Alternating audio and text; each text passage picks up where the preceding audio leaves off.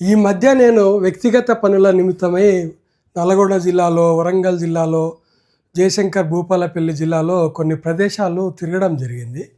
అక్కడ నేను చూసినప్పుడు మన తెలంగాణలో చాలా ప్రదేశాలలో నల్గొండ, వరంగల్ జిల్లాలలో పత్తి విపరీతంగా ఏసారు. పత్తి చేలు బాగా కనిపించినాయి నాకు. అంటే నేను ఎంక్వైరీ చేస్తే ఏఐ తోటి దాదాపుగా 30 లక్షల ఎకరాలలో మన తెలంగాణలో పత్తి పండిస్తున్నారు రైతులు. వాళ్ళందరినీ చూసినప్పుడు చాలా బాధ కలిగింది. ఎందుకంటే ఈ మధ్య మన కేంద్ర ప్రభుత్వము పోయిన నెల 19వ తారీఖు నుంచి దిగుమతి సుంకాలను, పత్తి మీద దిగుమతి సుంకాలను ఎత్తేసింది. అంటే మనము పత్తి కొనుగోలు చేసేటప్పుడు వేరే దేశాల నుంచి 11% సుంకం ఉండేది. అంతకుముందు మన దేశంలో మన దేశస్తులు ఎవరైనా టెక్స్టైల్స్ వాళ్ళు అమెరికా పత్తి కొనాలనుకోండి, దాని మీద 11% సుంకం ట్యాక్స్ పే చేయాల్సి వచ్చేది. అయితే ఇప్పుడు కేంద్ర ప్రభుత్వం ఏం చేసిందంటే మోదీ గవర్నమెంట్ మొన్న 19వ తారీఖు నాడు, ఆగస్టు 19వ తారీఖు నుంచి సెప్టెంబర్ 30 తారీఖు వరకు ఈ 11% దిగుమతి సుంకాన్ని ఎత్తేసింది.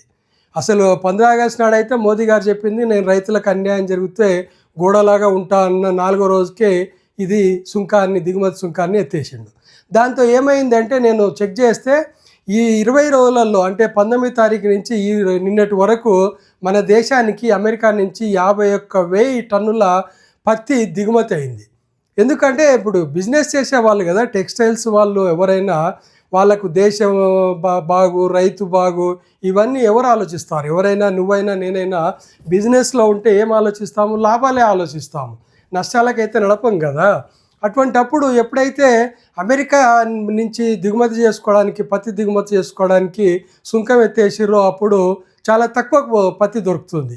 ఆ పత్తి తక్కువ దొరుకుతుందని చెప్పి ఇప్పుడు అమెరికా నుంచి 51,000 టన్నుల పత్తిని ఇప్పుడు కొనుగోలు చేశారు. ఇంకా 20 రోజులు ఉంది. 20 రోజులలో ఇంకో 50,000 టన్నులు దిగుమతి చేసుకుంటారు. అందుకనే నేను పత్తి రైతులను చూసి ఎందుకు బాధపడ్డానంటే, మన దేశం పత్తి ఇంకా రావడానికి ఇంకొక నెల 2 నెలలు పడుతుంది అనుకుంటా. ఈ నెల 2 నెలల లోపు మొత్తం పత్తి అంతా వేరే దేశం నుంచి, అమెరికా నుంచి దిగుమతి అయిపోతుంది. ఇక మన రైతులు పండించినటువంటి పత్తిని ఎవరు కొంటారు? అసలు ఈ ఇంత భయంకరమైన సమస్యను జగన్మోహన్ రెడ్డి కానీ, కాంగ్రెస్ గవర్నమెంట్ రేవంత్ రెడ్డికి కూడా లేకపోయింది. ఇక ఎక్కడ రాష్ట్రాలు, దేశాలు బాగుపడతాయి? అసలు ఇంత భయపడి రాజకీయాలు చేస్తున్నారు వీళ్ళు. ఇప్పుడు ఇంత మంచి అవకాశం కదా, ఇప్పుడు కాంగ్రెస్ గవర్నమెంట్కు ఇంతకంటే మంచి అవకాశం ఏముంటుంది? మోదీ గారి చర్య వల్లనే కదా ఇప్పుడు పత్తి రైతులు భయంకరంగా నష్టపోయేటువంటి పరిస్థితి వచ్చింది. అయినా సరే రేవంత్ రెడ్డి సైలెంట్గా ఉన్నాడు. అసలు